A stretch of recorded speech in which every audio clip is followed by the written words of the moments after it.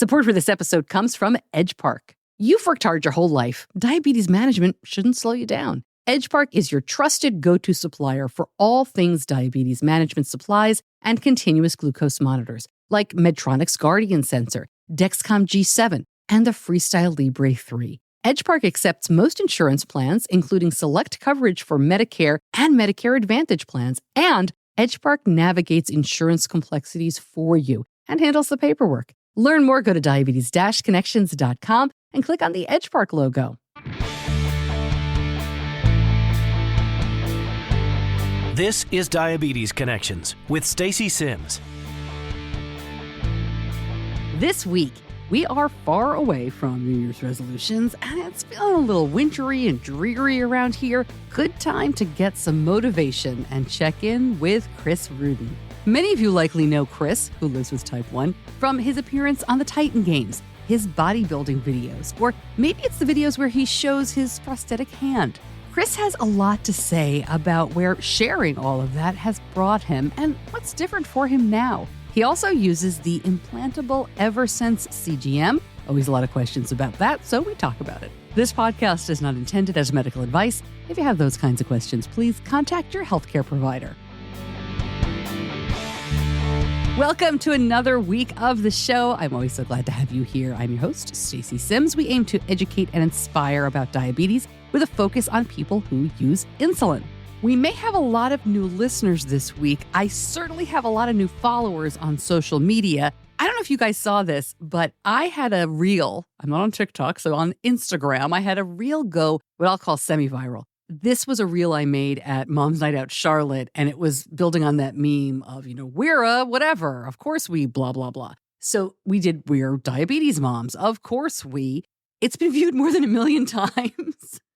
I mean, I've never gotten anything close to that. And it's been a little interesting. It had a slow build. So we have turned the corner now from, here's what I would add to that. And this is great. And I relate to this so much. And hey, tag this other person. Did you see this? Into now, this is horrible. How could you possibly do this? You are the worst. You're doing this for attention. Terrible people, terrible parents. You know how this goes on social media. So if you found us through that, welcome. Even if you're, hate listening, I'm glad to have you along. And a quick note, that video was taped at a Mom's Night Out event, which is something I created for moms of kids with diabetes. Our next one is coming up in Chicago, April 12th.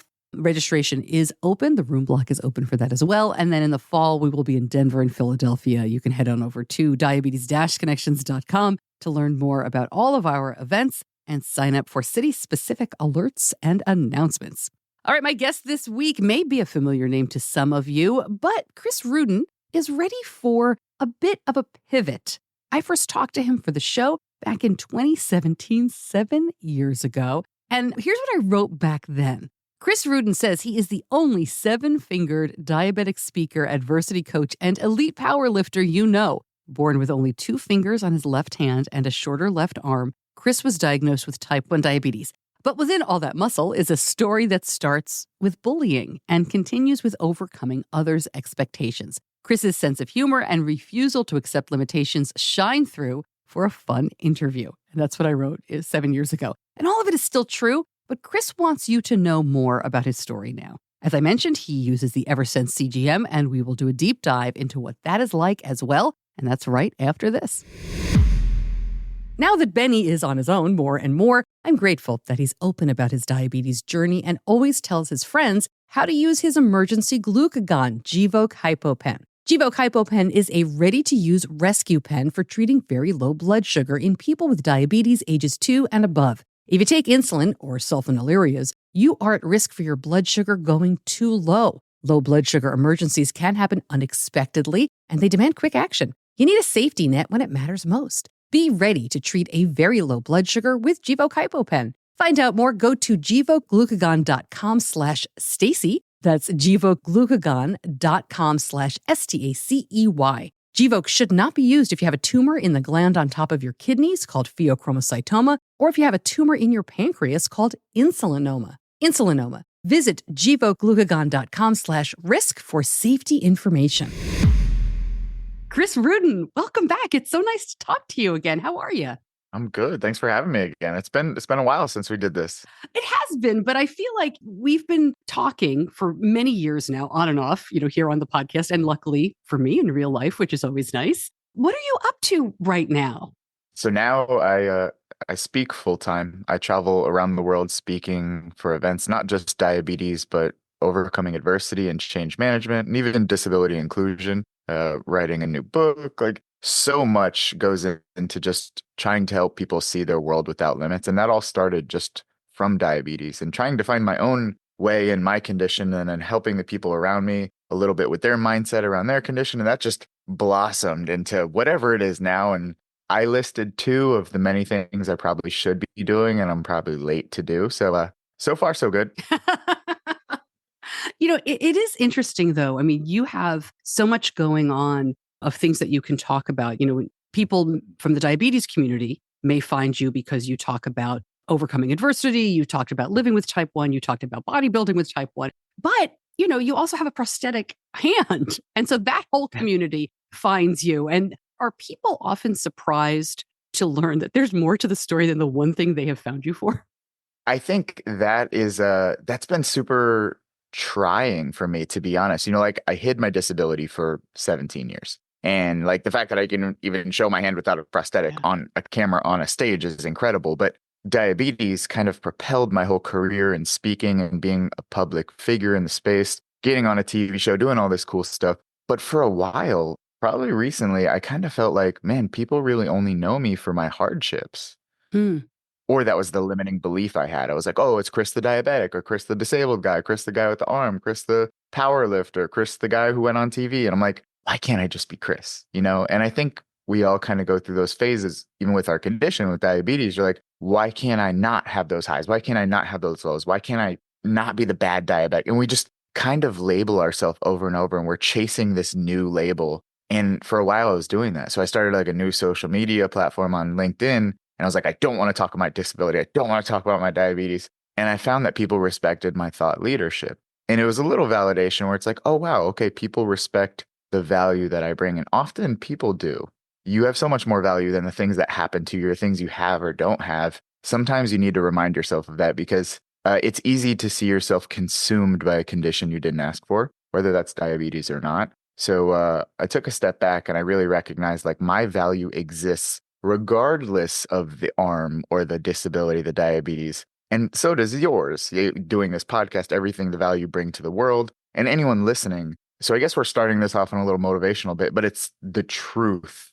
And the truth of the matter is like your value is not limited to the things you have or don't have. Did something happen? Was there an event or a person or a meetup that you thought to yourself, I got to figure out who I am without these other externalities? Or was it just a So gradual thing that happened? I've made some shifts in my life. When we first met, I was just all into diabetes and powerlifting, and I was still hiding my hand on stage. Mhm. The Friends for Life event was a catalyst for me to stop hiding my hand. I met a little girl and walking down a long hallway, she grabbed my hand that I hid, and that kind of like sparked this whole like, oh my God, she sees that I have a disability. Everyone did. And she was like, it's okay. You don't have to hide around me. That moment forever changed everything for me. Then I was like, oh, I got to talk about disability more now because I'm talking about diabetes. And I was talking about disability and I noticed like, oh, Chris, someone referred to me as Chris, the guy with the prosthetic arm. And I'm like, is that what I want to be known for? Chris, the guy with the prosthetic arm, or Chris, the guy with the cool CGM, or Chris, the guy who, ailment. And I'm like, I want to offer more than that. So that's when I kind of took on that. I want to be known for how I think and how I make people feel and how I position people to do better. So I think that was one of those moments. It was just an offshoot comment that I allowed to stick to me, probably deeper than I should have. Oh, that's what happens. We're all human. Yeah. But I think it's a good time to kind of pause and think, maybe even as you listen, as parents, if you're a parent of a kid with type 1 or any other condition, quite often we spend so much time talking to our kid about that, making that the center of their life and praising them only for that. And I know it's really hard because God, it takes up so much time and effort and attention, especially when you've got a really little kid. But I think there's a reason why a lot of kids with type 1, and I just have anecdotal experience with this and with Benny, by middle school, they're like, nope, I am not going to be defined by this. I don't want to talk about it. I don't even want you to acknowledge it because we've spent so much time only focusing on it. I don't have any answers because I'm not sure how you help that. But I think talking about it, realizing it, and just showing how easy it is to say, oh, that's my kid, Benny. He's the kid with type 1. I think, Yeah. Chris, what you've already brought to light is so interesting. Have you had that reaction from other people, either in either of the communities you kind of move in and out of? It's weird because some people don't agree with it or they resist that philosophy because, I mean, I understand. I attached my identity to each part of my life. When I was Chris the powerlifter, that's what I did. Yeah. And when I got injured and I kind of stopped powerlifting, I'm like, oh my God, I lost who I was. I told a different story at every part of my life. And everyone does this. We do it with our blood sugars, our A1Cs, anything. You tell a story and we turn that story into fact. And what I say often is feelings are not facts. They feel like facts, but they're just feelings. And it's up to us to control the narrative or change that. Because if I believed every feeling I had as fact, I would be absolutely out of my mind. You know, so some people are so committed to who they are is what they do, or who they are is what they have. There's so much more than that. And I'm not saying diabetes isn't an important part of my life. I love talking about diabetes. I'm that crazy person that if I see you in an airport and you have a CGM on, I'm going to run up and probably talk to you in an awkward way where I'm heavy breathing because I was just running after you. Like, it's weird, but I love the diabetes component. I just understand that I am Chris and I happen to have diabetes. I'm not Chris the diabetic. I put an intentional space there. And I think it's important to recognize that because if diabetes is everything, when you have a bad low or a bad high, or something in your life happens where your time in range isn't the best, now we're associating our value based on variables. And my value is not a variable. Your value is not a variable. It's so much past diabetes. And that's what diabetes has taught me is everyone has their diabetes, whether they're diabetic or not. I'm not speaking in a medical sense, not a medical professional. What I'm saying is my disability is also my diabetes. My upbringing is my diabetes. My adversity is my diabetes. And same thing with you. So we're a lot more alike outside of the diabetes community too. And when you recognize diabetes as a overall overcoming adversity type thing, you can create a lot more community in and outside of the diabetes world. All right. So having said that and brought diabetes to a very broad definition, right? Let's take it really narrow. How are you doing these days? What kind of management? You mentioned CGM already. You and I have talked over the years. You've done lots of different stuff, pumps, MDI, different CGMs. Do you mind sharing where you're at these days? I've been on every tech possible. Like we all kind of become tech geeks at a certain point where we want to try everything. And I've been in the space for a long time where I've tried almost every pump, if not every pump, almost every CGM, almost every meter. I probably have like 72 meters. I'm not even going to talk about the amount of lancets I have around my house. And I'm sure you're the same because you probably change them once every like 5 years, Let's not talk about that. My management is better than ever now. And I think I've really focused on over the years improving myself as an athlete, as a speaker, as a coach, as a mentor. But it took some time for me to really focus on just me. And it's easy to focus on everyone else. You teach best what you need to learn most. It's really easy to point fingers. You teach best what you need to learn most. And what I needed to learn most is I need to take my own advice. So my blood sugars were kind of getting out of control and I was helping so many other people. I'm like, I'm flying to different countries speaking about diabetes and exercise and blood sugar management. I'm like, why am I not taking my own advice? What is that whole, the parenting thing? Do as I say, not as I do, Right.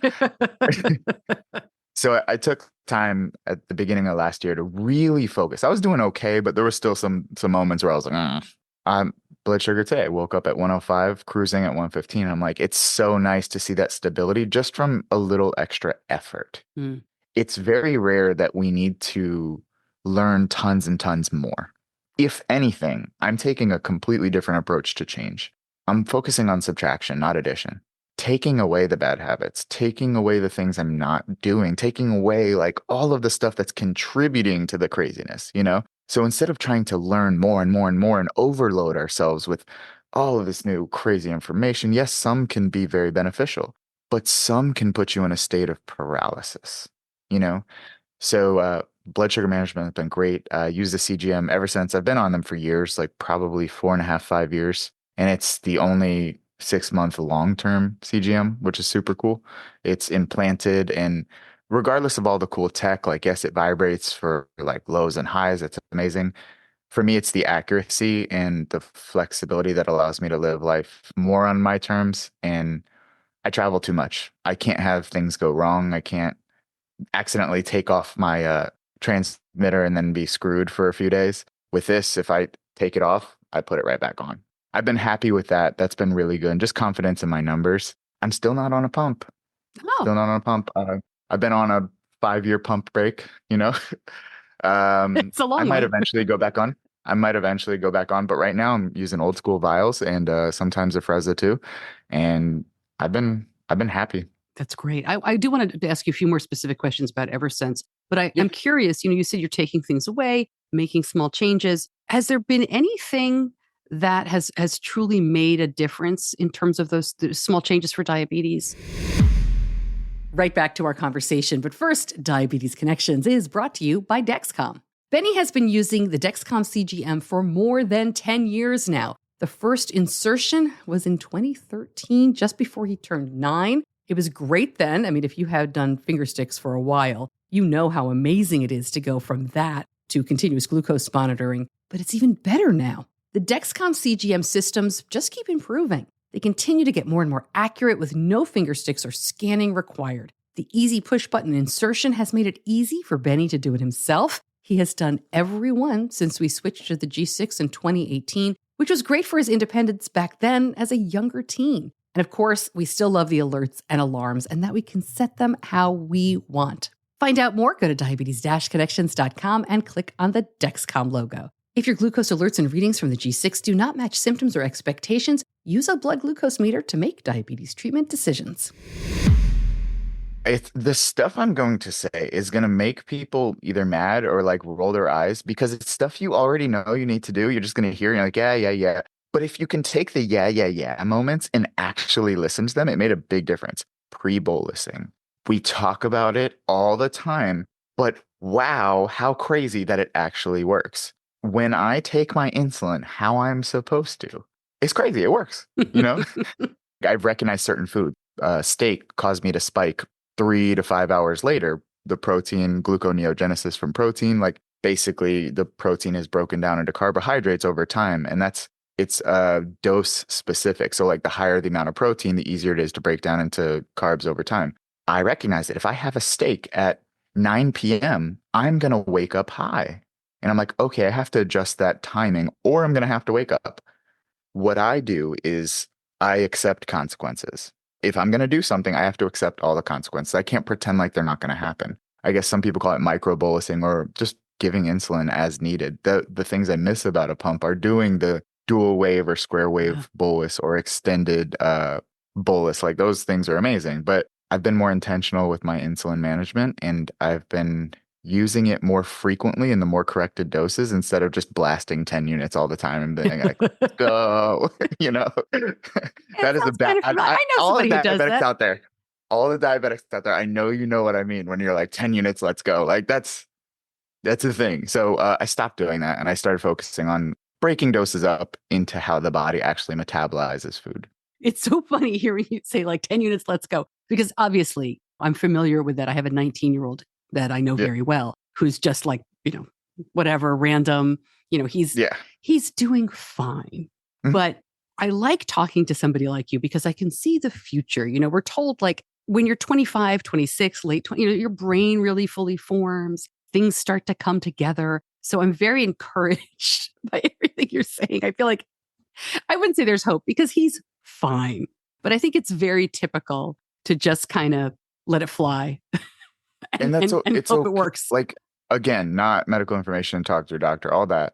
I think it's important to find your best life fit. And honesty is huge. It's really easy to be dishonest with yourself by saying, it's fine. There's a difference between it being actually fine and you lying to yourself and saying it's fine. As long as it's actually fine, great. But if it's not, be honest with yourself. I always ask myself, is this management style going to contribute to the lifestyle I want? 6 years down the road, 10 years down the road, I continue my management style as is. Is that going to help me or hurt me? That's a real question. And that's a hard one because if you hesitate or you're unsure, something needs a second look. Yeah. Well, I'm just laughing because if you're 19, you're not thinking past next week. If I was 19, I wouldn't be listening to this podcast. I'd be out raging with pizza and 10 units, let's go. And I'd be going crazy, I don't know. You don't think I have a lot of 19-year-olds listening to this podcast for diabetes education? I don't know. I don't know if No, that's your I don't think demographic, so. but it could be a new one, you know? I don't think so. Yeah. No, but it's really interesting to think about that way. Let's go back to Eversense. This is something that very high interest. People are always concerned. So let me just throw some questions at you. They're concerned about the Absolutely. surgery part. Can you talk a little Of bit course. about the insertion? Yeah. So the insertion, it's so funny. Whenever there's something new, people always have their pitchforks and like, oh, scary. I don't like it, And then again, narratives. It's crazy to take fact and turn it into fiction with storytelling. So people see that and they're like, oh, surgery, procedure, getting cut open. One, implants are involved in all parts of medical space. Diabetes is one of the last areas of medicine to incorporate implants. They're so common with every other area of medicine. My insertion takes less than 3 minutes for insertion and removal of the last one. Less than 3 minutes. They put steri strips over. It's not stitches, not this like crazy thing. I go home like normal and I just don't work out that day. Some people don't work out ever. So one day it's not bad. And that it's really that simple. And I think people vilify it because it's new, because it's different. It's under the skin and it's a 5 millimeter. I can't even show you on the camera like how small 5 millimeter incision is. So it's so minimal. I've seen people with piercings and tattoos all over their body. I'm like, oh, that's scary. I'm like, please stop. Please stop. Yeah, I've seen, ladies who have given birth to 5 kids. And I'm like, you're the real MVP here. You're the real hero. I promise you, this is literally nothing. It's completely, numbed out with lidocaine. You don't feel any part of the process. And it's just so simple for me. And that's what I love is I see my doctor every 6 months. Well, I see him every 3 months. And twice a year, I have this thing and I never have to worry about it again. Yeah. Another cool thing, personal experience, I've had 14 sensors. I started with the 3-month way back in the day, and now it's all 6 months, so twice a year. I have never, knock on wood, had a sensor fail or retire early. And if you have CGM, you cannot tell me you've had a sensor that lasted the full time every time the entire time. Yeah. You can't. You cannot tell me that with a straight face. So for me personally, it's that confidence and reliability that I've experienced, not just based on data, I've experienced. I'm a big data person, but also like anecdotally, I live this, I use it, and I've used it for years. So it's really cool to have that confidence. Yeah, that's great. And then the only other question is, the transmitter is still external, but I've seen you take that on and off, and it's pretty so like simple. Even like on camera, like I take that off and I can show, yeah. And then I know where it goes because of my tattoos, but there's like a placement guide. So it has silicone-based adhesive, so there's much less skin irritation. Like the data shows like very, very low, especially compared to acrylic adhesives that there's no irritation for me, and I love that. And I can take this on and off 12 times, and I've done it at conferences all the time to show people. It's like a cool party trick. But the cool part about this, that I speak a lot about mental health, we also have clear adhesives too.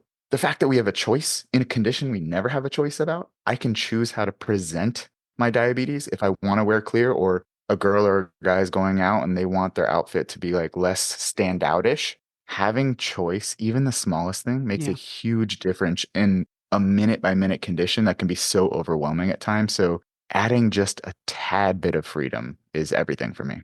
Have you ever heard of color forms? Do you remember color forms, or you're too young? Color forms? No, what's that? Yeah.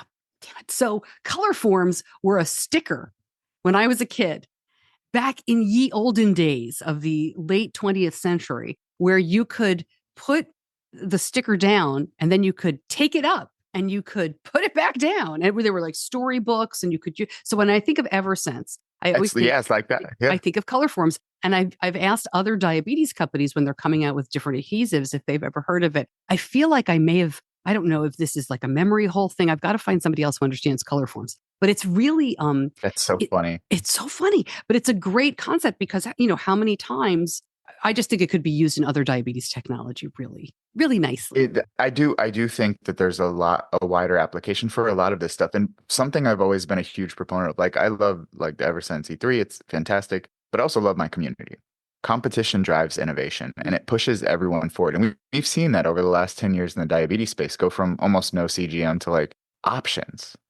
And when I talk about Eversense or anything that I do, I don't fight that Eversense needs to be for everyone or X CGM or X pump needs to be for everyone. I fight for all of these things deserve to be on the table without bias. Yeah. So that the patient can decide for themselves what's going to be best at certain times in their life. Because we go through phases. There are phases where I wanted a pump, and then right now, a phase where I don't want a pump. That's okay. You don't have to be this kind of person this way forever. I just think we all deserve the options in a fair presentation, you know? I agree. Choice is where it's at. You've mentioned you're speaking, right? You're now a very in-demand speaker, which has been so much fun to see happen. Public speaking, though, is something that scares so many people. Personally, I don't understand that, but I hear tell. Any advice? Even if somebody just has to make a Yes. presentation at work or if they're going to keynote, any advice that you have? Absolutely. So something I added late last year, and I now do public speaking mentorship, mostly on the business side of like developing public speaking verticals in your space, whether it is speaking at work or speaking at conferences. And something I've noticed is people aren't technically afraid to speak in public. I like to reduce everything down to the core. And I did this with fitness. People would come to me, say, I want to lose 50 pounds. I'm like, no, you don't. I said, if you lost 50 pounds, but you looked the exact same right now, would you be happy? They're like, well, no. I'm like, oh, so you didn't want to lose 50 pounds. You wanted to look like you lost 50 pounds.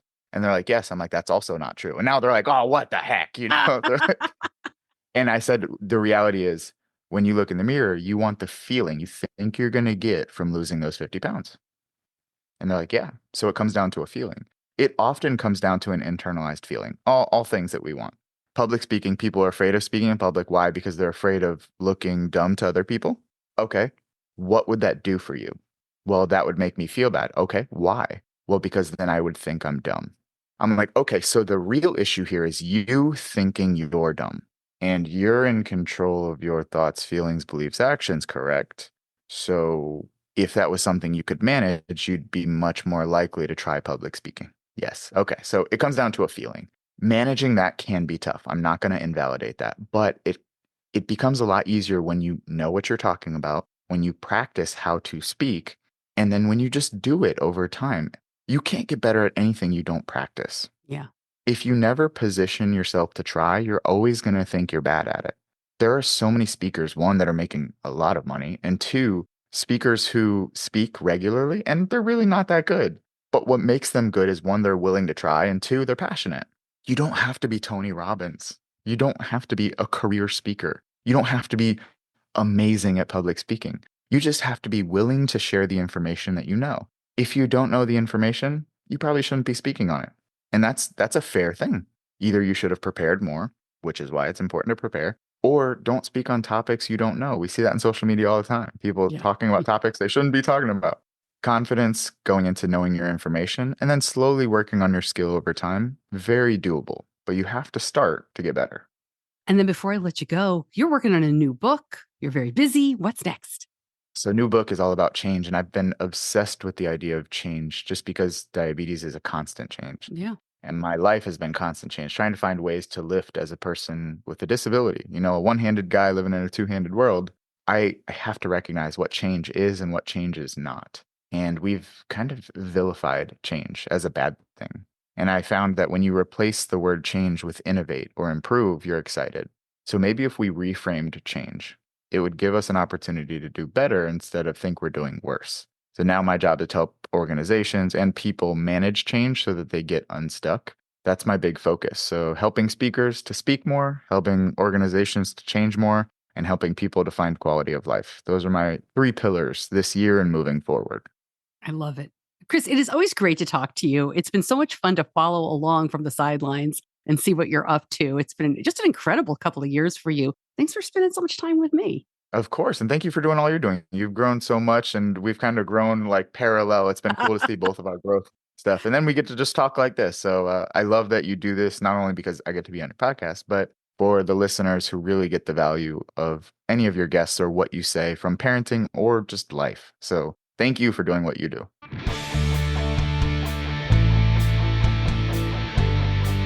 You're listening to Diabetes Connections with Stacey Sims. I'm going to link up more information about Chris, about his book, and about everything he has on tap. You can just head over to diabetes-connections.com or find the show notes wherever you are listening. We both mentioned Friends for Life a couple of times there, and I should explain if you are new, this is a family conference. This is geared for the entire family, whether the child has type 1 or the adult. This is one of the few places where I think parents with type 1 can really find each other and create community, and I love it for that. But Friends for Life happens, their big conference, every July in Orlando. I'll put a link in the show notes. They also have regional conferences. These are smaller, but they're still fantastic. They're still for the whole family. And their next one is coming up in April in Fairfax, Virginia.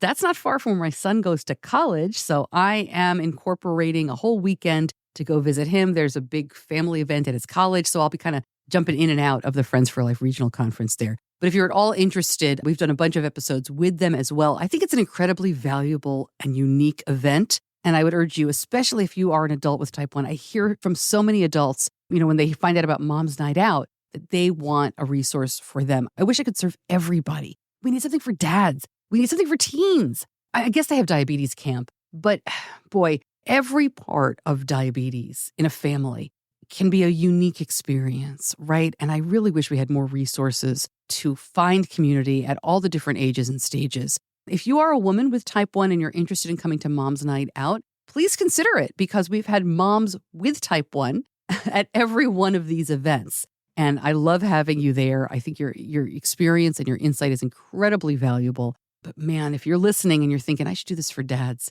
Yeah, you should. I would love to do this maybe one day when I have more bandwidth. So, all right. But Friends for Life does fit that need, I think, in some very, very cool ways. And maybe I'll meet you at one of their upcoming events. All right. Thanks as always to my editor, John Buchanan from Audio Editing Solutions. Thank you so much for listening. I'm Stacey Sims. I'll see you back here soon. Until then, be kind to yourself.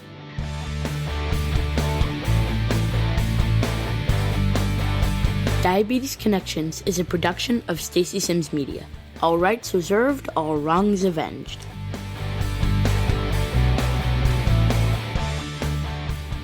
I love when I don't have to deal with a faraway mail order system, when I can just pick up diabetes supplies from the pharmacy. Omnipod is the only tubeless full-feature insulin pump available through the pharmacy. It makes it simple to pick up pods and insulin in the same place, and you avoid those high startup costs from traditional tubed insulin pumps. You simply pay as you pod. Remember, pharmacy means no commitment, and pharmacy means you can switch now, even if your tubed pump is under warranty. Learn more, go to diabetes-connections.com and click on the Omnipod logo. For full safety risk information and free trial terms and conditions, visit omnipod.com/diabetesconnections.